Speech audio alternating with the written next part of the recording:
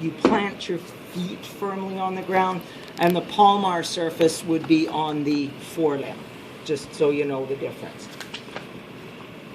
The toe, okay, there's a toe. The picture for this is in your integumentary system section chapter in your lab book, if you're looking for it.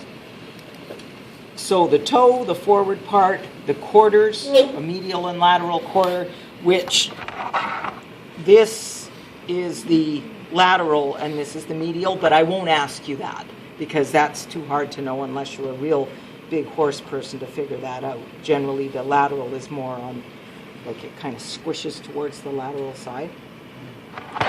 Whatever. And then the heel, these are the bulbs of the heel. Okay, so toe, quarters, and heel back here, medial and lateral heel. The white line,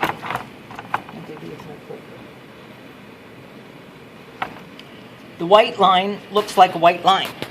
Okay, there it is. It's this white line here that runs around the hoof. The significance of the white line is that it's used as a guide for shoeing, because the white line is where okay, so there's a horny part to the hoof, okay, the hard outer part, and then there's a sensitive neural part, and the white line is where they interdigitate.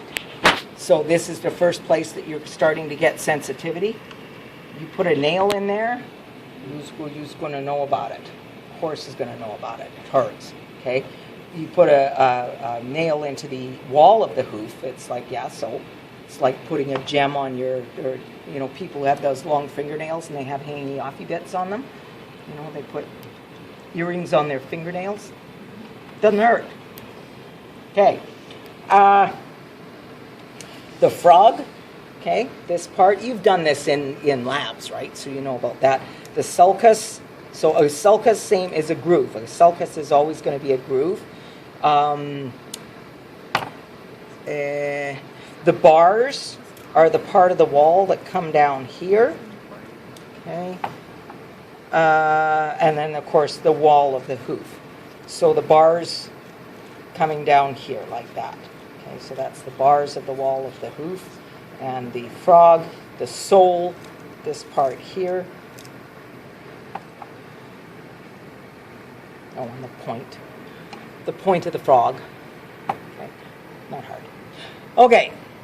So the outside surface when we stand him up like this, you've got your coronary band or your coronet, either is correct. This is where the hoof grows from. So it's sort of like our nail bed. Okay, this is where the wall of the hoof grows from. So it's living, active tissue. This is not. Where am I? Okay, so the wall, and then again, toe, quarter, heel on the outside there. Pictures are really good. So then we've got our sagittal section. Okay, the sagittal section, this is why, and just so, well, I did tell you that the bone station, it's a skeleton and then an x-ray.